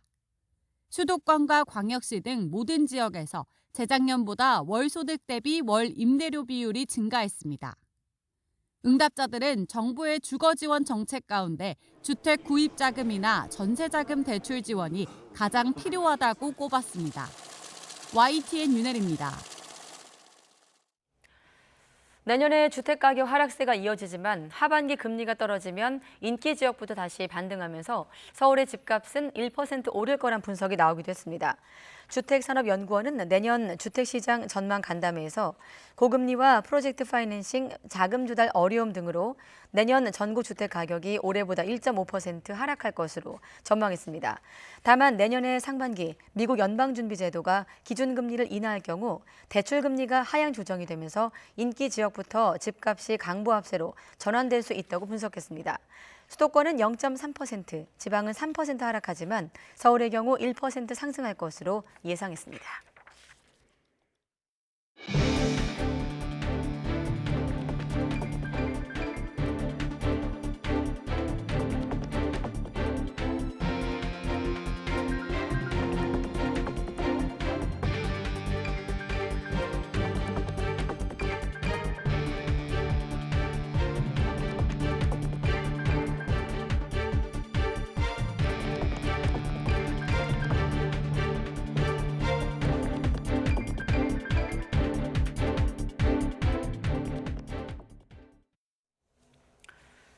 네, YTN 뉴스큐 함께 하고 계십니다. 이제부터는 이 문제에 좀 집중을 해볼 텐데 이른바 간병지옥 이렇게 부르기도 하죠. 정부가 심각한 사회 문제로 부상한 간병의 부담을 덜어주기 위해서 지원 비용과 시설을 대폭 늘리는 방안을 추진하기로 했습니다. 네, 다만 이를 위한 충분한 인력과 재원 마련, 풀어야 할 숙제로 남아 있는데요. 정영선 연세대 보건행정학과 교수와 이야기 나눠보겠습니다. 어서 오십시오. 네, 안녕하십니까. 네, 간병에 지쳐서 가족이 극단적 선택을 한 사례, YTN 보도로도 여러 차례 확인되는 우리 사회 심각한 좀 문제인데 간병 가족들에게 가장 큰 부담은 역시나 어떤 비용 문제일까요, 교수님? 네, 우선 비용 문제죠.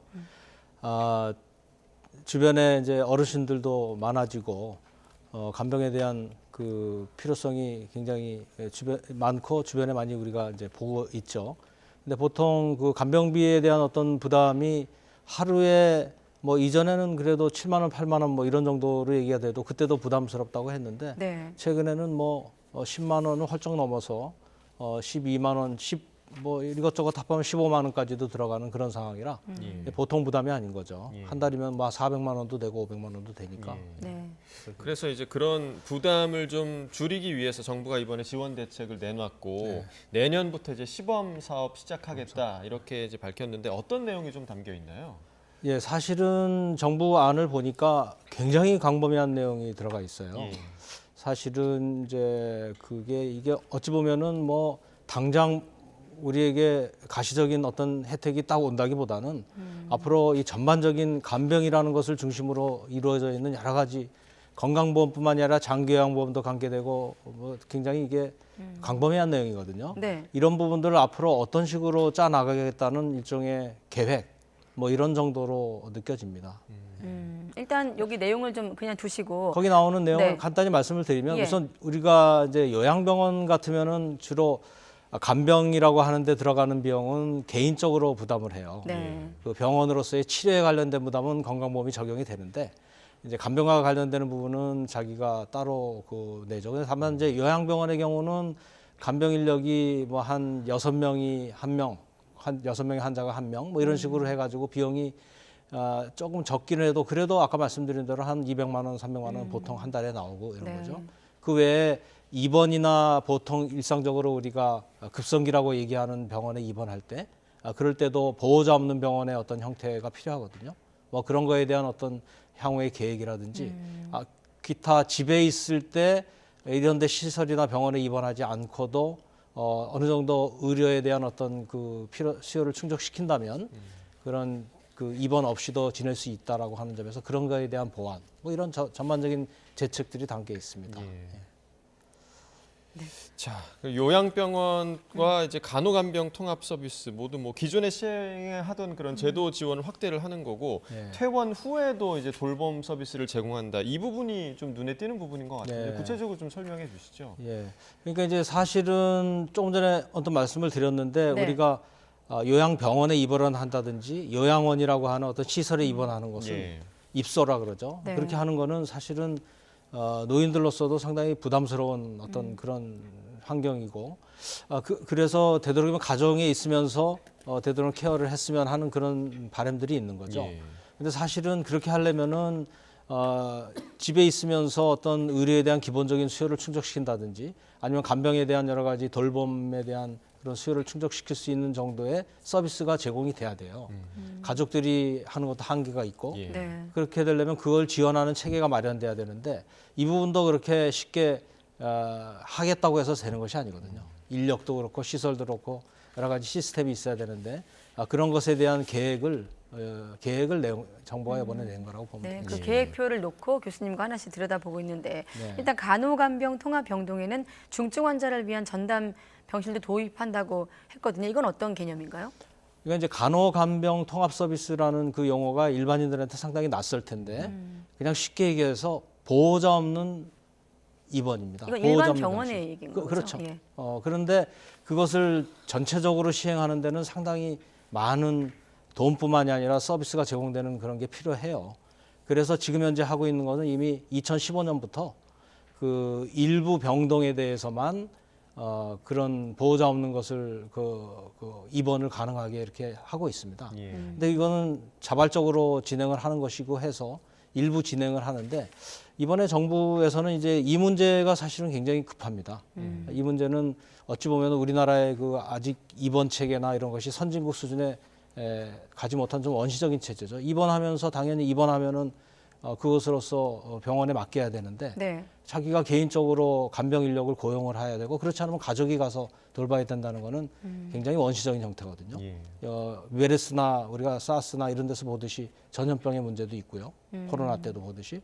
그래서 이제 이런 체제를 없애는 게 사실은 가장 급하고 그래서 그것을 위한 시범 사업이 2015년부터 진행이 되어 온 거예요. 근데 사실은 이제 그렇게 하려면은 어떤 병원에 입원을 하면은 보호자 없는 병원으로 이렇게 유지가 돼야 되는데 그렇게 하는 거로 진행하지 않고 전체를 하기 부담스러우니까 병원 안에 어떠한 병동은 보호자 없는 병동이다 이렇게 진행을 했어요. 지금 현재 그렇게 하죠. 그래서 이 부분들이 사실은 앞으로의 진행은 이번 발표안에도 일부 있습니다만 아직도 계획인 거죠.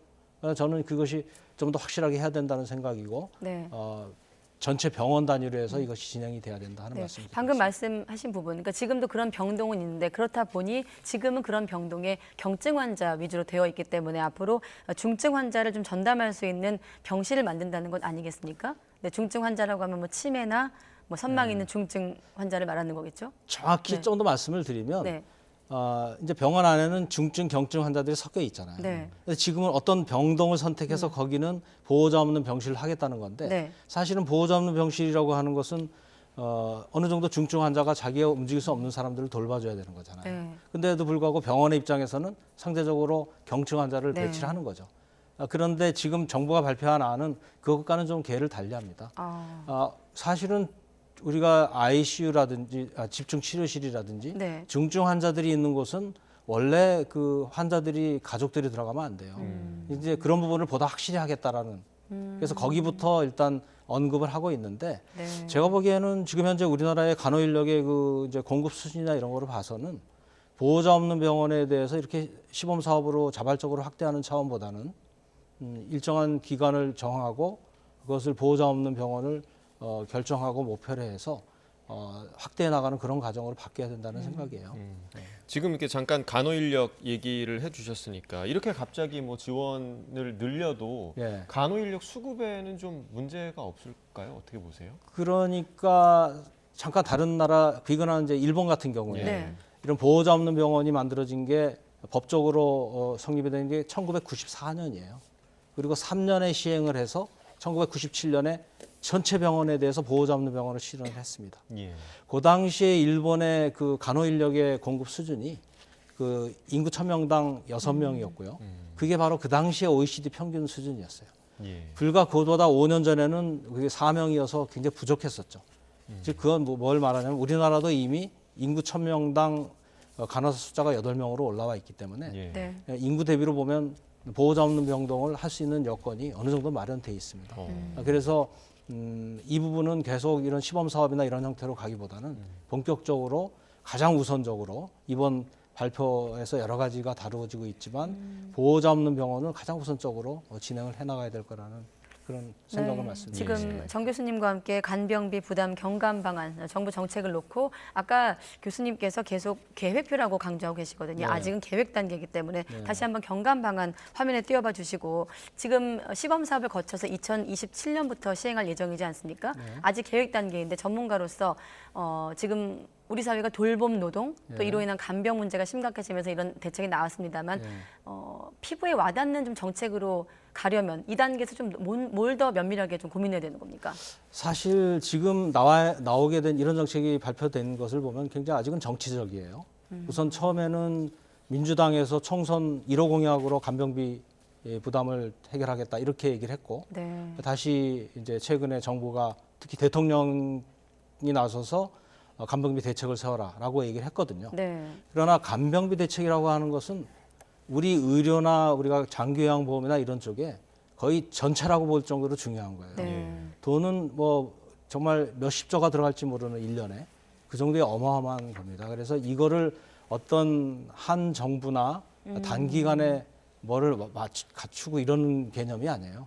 그래서 말씀드리기 굉장히 많고 저기 나온 내용들은 그중에 일부인데 요양병원만 해도 지금 1,500개 되는 병원이 다 요양병원으로 불려지고 있고 거기는 간병에 대해서 전혀 전액 개인 부담으로 돼 있는데 여기에 들어가는 돈을 굳이 따지자면 지금으로만 해도 거의 10조, 15조 원이 들어가고 있고요. 개인 부담이. 만약 이것이 장기요양보험이나 건강보험에서 해주게 된다 그러면은 또 더 늘어나죠. 그래서 이건 단순히 해준다 안 해준다 정치적으로 얘기하는 차원은 그거 좋습니다. 정치인들이 어떤 동력을 제공하는 거는.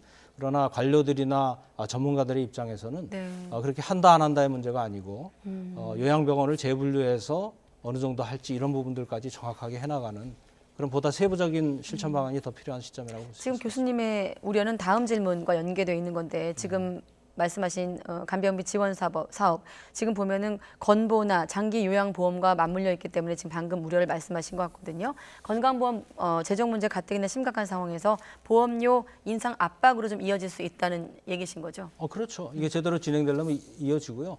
가장 우선적인 거에 대해서도 조금 전에 여쭤보셨는데 가장 우선적인 거는 아까 말씀드린 대로 급성기에서의 보호자 없는 병원을 실현하는 겁니다.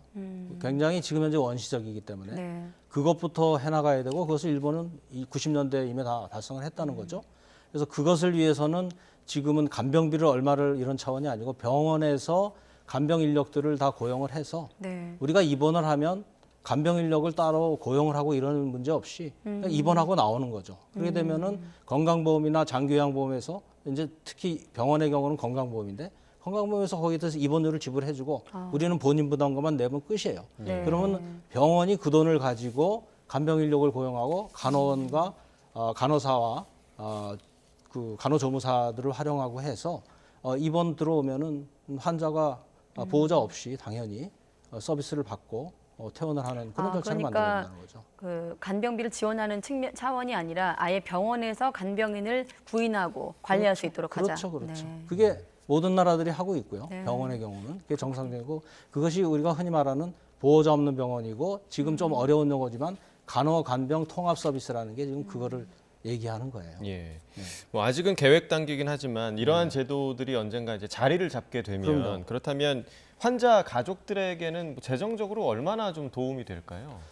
이제 그러니까 일단은 가장 입원을 그 부모님이나 주변에서 할 때 고민이 아까 말씀드린 대로 하루에 10만 원, 20만 원을 내는 거 아니에요? 만약에 이런 제도가 이제 갖춰진다면 어떤 현상이 벌어지냐면 입원료 자체가 전체적으로 오르죠. 왜냐하면 그 고용 비용을 우리가 입원료로 지불하니까. 그러나 거기에 올라가는 것의 한 80%는 우리가 평상시에 내는 건강보험료에서 올라가는 거고 20%는 당장 내는 데서 좀 올라갑니다. 그러니까 전체적으로 보면은 우리 사회가 지금 현재 건강보험료가 월급의 한 7% 정도 내거든요.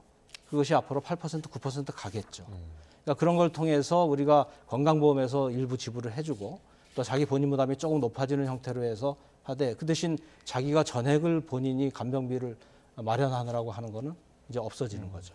그러나 그것은 하루 이틀에 되는 문제라기보다는 상당히 시간을 가지고 정확하게 해나가야 되는 그런 차원의 과제입니다. 그렇군요. 이것이 뭐 정치적으로 하겠다 안 하겠다 그런 차원의 문제는 아닌 거죠. 네. 일단은 정부는 계획표를 제시를 했고 아직은 시범 사업 단계이기 때문에 좀 갈 길이 좀 멀어 보이네요. 그렇죠. 네, 여기까지 듣겠습니다. 정영선 연세대 보건행정학과 교수님과 함께했습니다. 교수님 고맙습니다. 고맙습니다.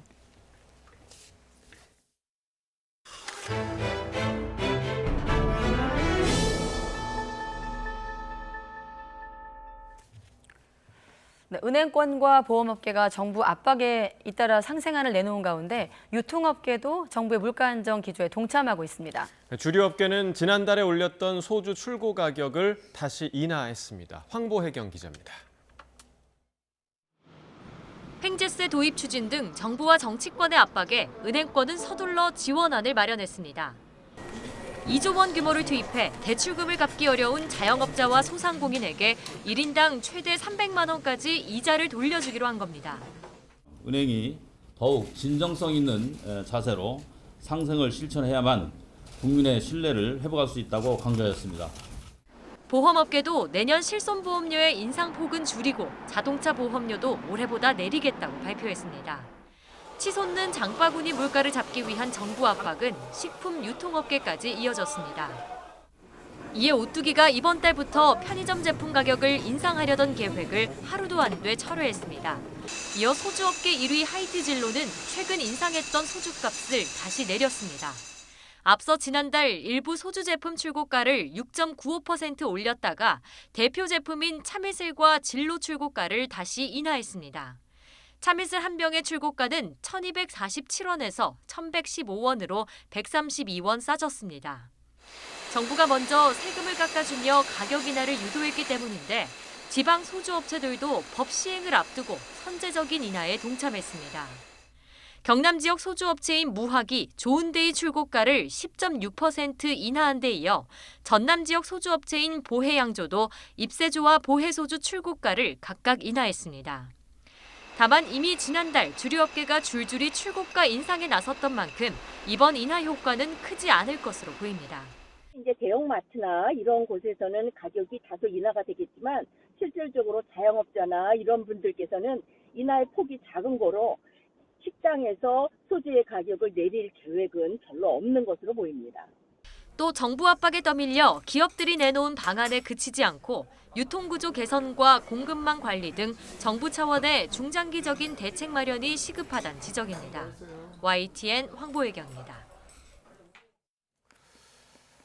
대설특보가 내려진 제주도에 많은 눈이 오면서 오늘 오전부터 8시간 가까이 제주를 오가는 하늘길이 모두 막혔다가 오후 늦게 재개됐습니다. 하지만 제주에는 눈이 계속 온다는 예보가 있어서 안심할 수는 없는 상황입니다. 윤웅성 기자의 보도입니다. 활주로가 하얀 설원으로 변했습니다. 대형 제설 차량들이 쉴 새 없이 눈을 치웁니다. 제주 공항 주변에 심어진 야자수 위로도 눈이 소복하게 쌓였습니다. 이틀째 대설특보가 내려진 제주에 많은 눈이 오면서 제주 공항에는 결항과 지연이 속출했습니다. 항공업계는 지금까지 약 2만 명 안팎의 승객이 제주에 발이 묶인 것으로 보고 있습니다. 지금 공항에 사람 너무 밀려 터져가지고 전쟁 난 것 같고 크리스마스 시즌이니까 숙소 잡기가 어려워가지고 당장 어디로 가야 되는지 모르겠는 상황이에요. 육지에서 제주로 향하는 항공편도 함께 막히면서 불편이 이어졌습니다. 사흘간의 크리스마스 연휴를 맞아 모처럼 여행을 가려던 시민들은 아쉬움을 삼켰습니다. 크리스마스 맞아서 가족 단위로 가는 여행이었는데 너무 아쉬워서 계속 기다리고 있는 상황이에요. 숙소도 다 예약을 해놓은 상태이고 렌트카도 다 예약을 해놓은 상태인데 이것도 지금 어떻게 해야 될까. 일부 항공기는 제주공항 부근까지 날아갔다가 돌아오기도 했습니다. 제설 작업 때문에 착륙이 불가능했기 때문입니다. 비행기 창문으로도 제주도가 보였을 때 이제 갑자기 안내 방송이 나와서 눈썰매도 타고 승마도 해보고 싶었는데 못 가게 돼서 아쉬웠어요. 제주 공항의 마비 여파로 제주에서 출발해 해외로 가는 항공기를 타려던 승객들도 발이 묶였습니다. 공항에 날씨가 안 맞던 것도 아니잖아요. 제주도에서 늦게 와서 이렇게 된 거예요. 제주공항은 오후 들어 제설 작업을 통해 활주로 이용이 가능해졌지만 기상청이 지역에 따라 10cm 이상의 눈이 더 내릴 것으로 예보한 만큼 추가 결항 사태가 나올 수도 있다는 우려가 제기됩니다. YTN 윤웅성입니다.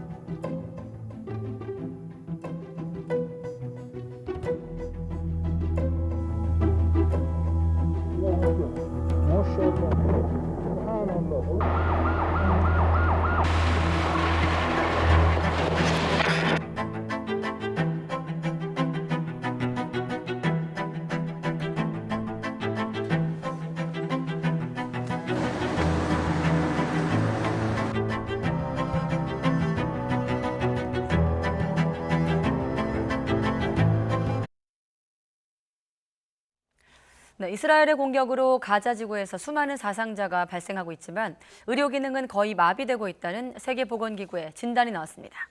특히 북부 지역에는 수술할 수 있는 병원이 한 곳도 없다는 게 전문가들의 평가입니다. 류재복 기자의 보도입니다. 커다란 폭발음과 함께 화염이 치솟습니다. 가자 지구 내 난민 수용소 바로 옆입니다. 차량 뒤로 몸을 숨겼던 아이들은 두려움에 울음을 터뜨리고 맙니다. 공습이 지나간 자리엔 언제나 사상자가 넘쳐납니다. 요란한 사이렌과 함께 구급차가 도착하지만 여기까지입니다. 갈 병원도 없고 가봐야 제대로 치료받기도 어렵기 때문입니다. But they're not able to perform surgery. They're able to only provide pain management, some wound care, some trauma stabilization. 세계보건기구는 가자 지구의 의료 상태가 심각하다고 진단했습니다. 특히 북부 지역은 제대로 기능하는 병원이 아예 없다고 평가했습니다. 기본적인 치료만 할 수 있는 병원조차 3곳에 불과하다고 밝혔습니다. 병원은 껍데기만 남았고 새 환자를 받을 수 없는 호스피스와 같은 상황이라고 전했습니다. Only 9 out of 36 health facilities are partly functional in the whole of Gaza. All of these in the south. There are actually no functional hospitals left in the north. 굶주림과 목마름도 한계 상황에 이른 것으로 보고됐습니다. 유엔은 가자 주민 절반이 심각한 기아 상태에 놓여 있으며 90%는 음식을 제때 먹지 못하고 있다고 밝혔습니다. 전쟁이 일어난 뒤 필요한 식량의 10%만 가자 지구에 들어간 것으로 조사됐습니다. YTN 유재복입니다. 네, 체코의 수도 프라하 시내에선 대학생이 총기를 난사하면서 범인을 포함해서 15명이 숨지고 20여 명이 다쳤습니다. 20대 범인은 집에서 자신의 아버지를 살해한 뒤 자신이 다니는 학교로 와서 범행을 벌인 것으로 드러났습니다. 기정훈 기자가 보도합니다. 총격을 피해 사람들이 정신없이 달립니다. 범인 눈에 띄지 않으려 건물 옥상 난간에 아슬아슬 숨은 사람들도 보입니다. 체코의 수도 프라하 도심에서 총격 사건이 벌어진 것은 현지 시각 21일 오후. 프라하의 대표적 명소 카렐교에서 몇백 미터 떨어진 카렐 대학교에서였습니다. 이 대학 철학과 학생으로 알려진 20대 범인이 총기 여러 개를 들고 돌아다니며 난사했습니다. Happened in the beginning. There was a couple of bangs. I didn't even realize it's a shooting. Then suddenly there were students and teachers running out of. 범인은 체코 서부 호스툰에서 50대인 자신의 아버지를 살해한 뒤 프라하로 와서 범행을 벌였다고 체코 경찰이 밝혔습니다. V tuto chvíli my víme, že při této tragické události přišlo o život více než 15 lidí. Víme, že minimálně 24 lidí bylo zraněno. 경찰은 사전에 범인이 칼을 대해서 범행을 저지를 것이라는 정보를 입수하고 일부 건물에서 사람들을 대피시켰지만 참사를 막지는 못했습니다. 구체적인 범행 동기가 밝혀지진 않았지만 공범이 있다는 단서는 없다고 체코 당국은 밝혔습니다. Informaci, kterou bych možná vyslal i do toho mezinárodního prostoru. V této chvíli neexistuje žádná indicie, že by tento čin měl jakoukoliv spojitost s mezinárodním terorismem. 경찰은 부상자 가운데 중상자가 많다며 사망자가 더 늘 수 있다고 우려했습니다. YTN 기종훈입니다. 외교부는 체코 프라하 총기 난사 사건과 관련해서 오늘 오전 10시 기준 한국인 피해는 접수되거나 파악되지 않았다고 밝혔습니다. 네, 북극 한파가 절정을 이루면서 전국이 그야말로 꽁꽁 얼어붙었습니다. 퇴근길에도 칼바람이 불면서 동장군이 맹위를 떨친다고 하는데요. 자, 기상캐스터 연결해서 퇴근길 한파 상황도 알아보겠습니다. 이혜민 캐스터.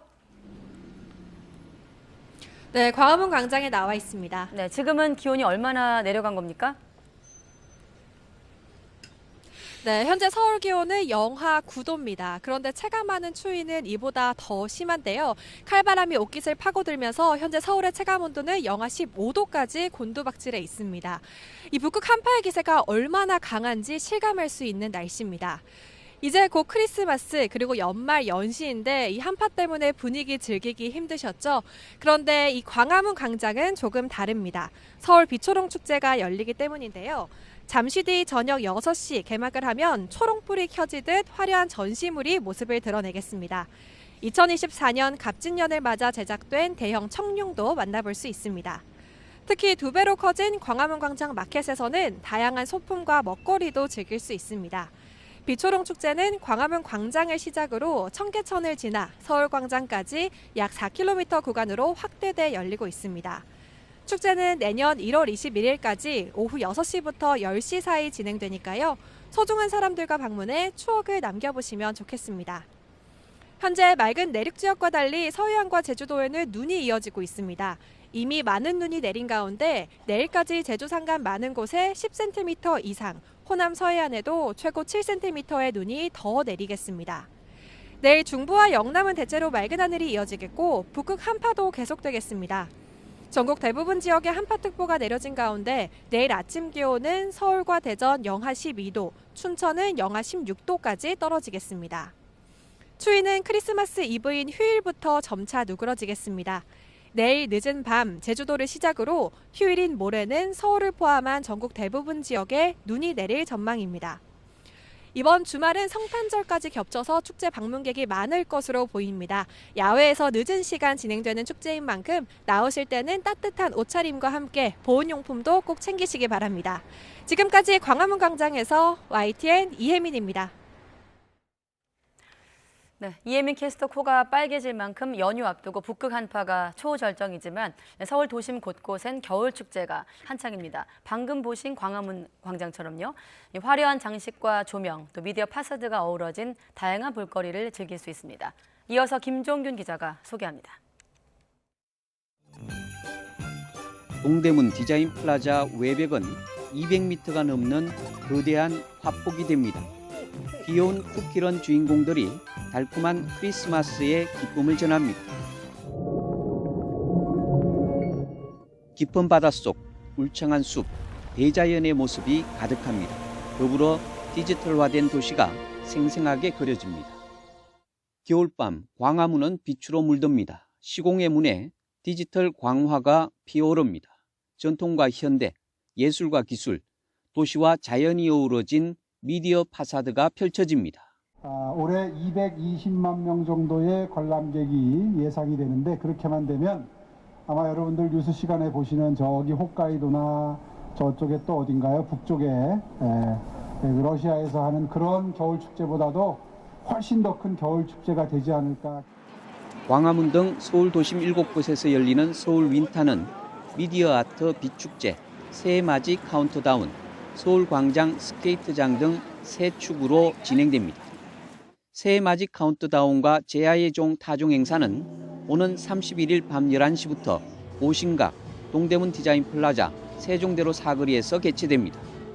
광화문 광장 마켓에서는 서울의 새로운 도시 브랜드 소울마이소울 굿즈 가게가 처음으로 문을 열었습니다. 후드티와 픽토그램 우산이 이틀 만에 완판될 정도로 인기입니다. 또 내년 2월 11일까지 문을 여는 서울광장 스케이트장도 겨울밤 추억 쌓기 장소가 될 것으로 보입니다. YTN 김주길입니다. 네, 12.12 군사반란을 다룬 영화 서울의 봄이 천만 영화 등극을 눈앞에 두고 있습니다. 영화관 입장권 통합 전산망을 보면 영화 서울의 봄은 어제까지 누적 관객 수 942만 2천여 명을 기록했습니다. 극장가에선 이번 성탄절 연휴 기간에 1,000만 명을 돌파하며 범죄도시 3에 이어 올해 두 번째 1,000만 영화가 될 거란 관측이 힘을 얻고 있습니다.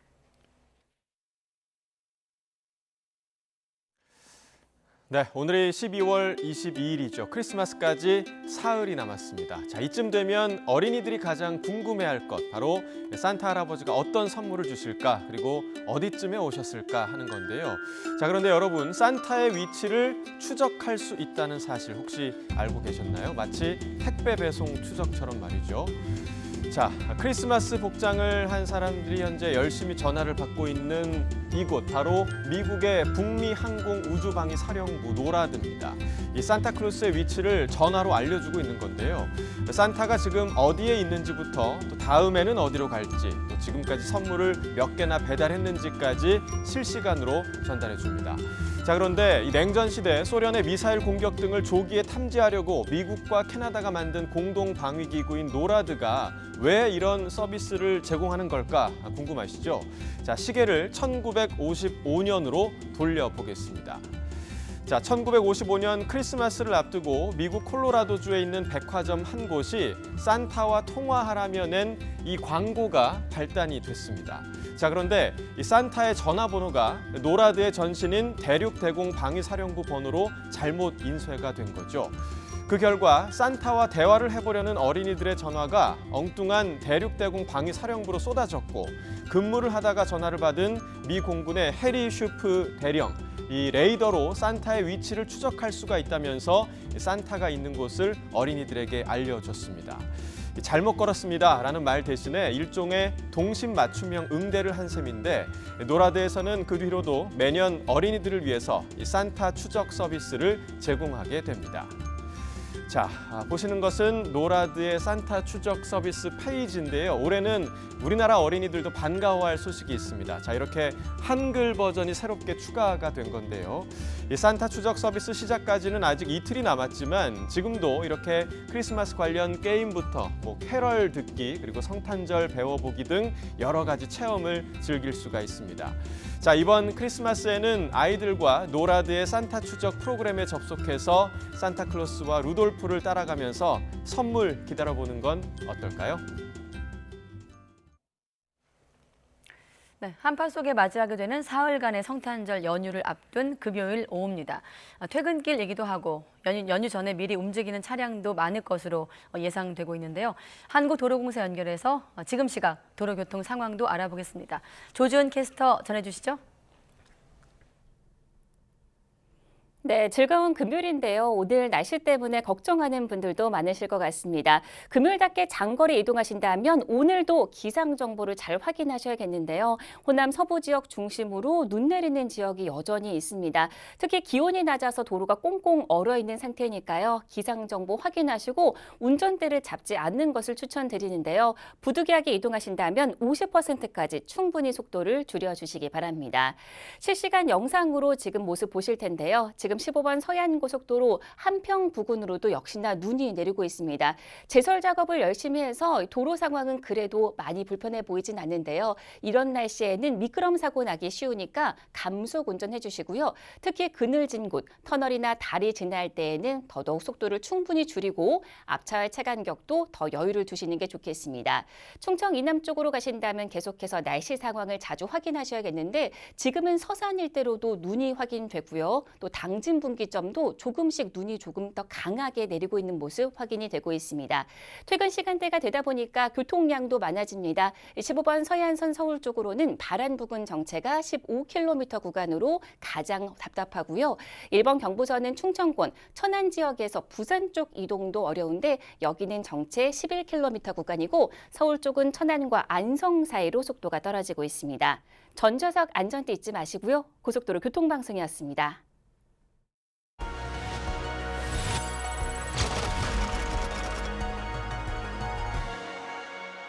북주선에선 이미 핵을 가졌습니다. 완벽하게 장사치가 돼야 돼. 돈이 안 돼요, 돈이. 박 선생이 평양으로 와주셔야 되겠습니다. 이제 2주 후면 대선이야. 자네도 역할을 해줘야지. 처장님에게 조국이 하나이 돼. 저에게도 조국은 하나입니다.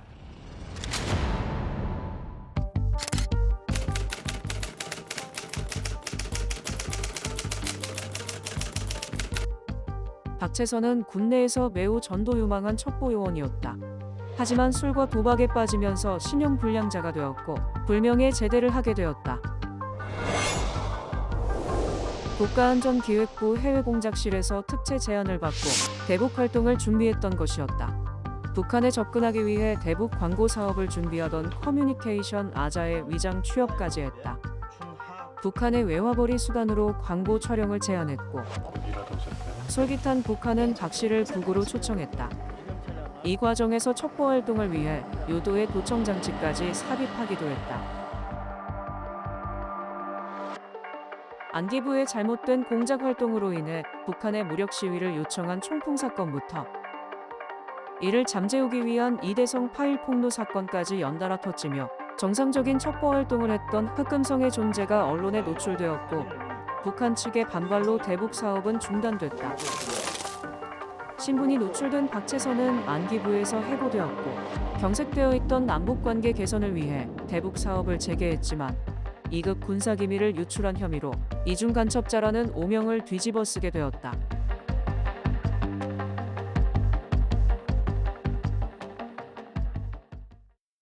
네, 안전한 연휴 보내시기 바랍니다. 가장 빠른 종합 뉴스 뉴스큐 마치겠습니다. 이어서 이브닝 뉴스가 방송됩니다. 함께해 주신 여러분 고맙습니다.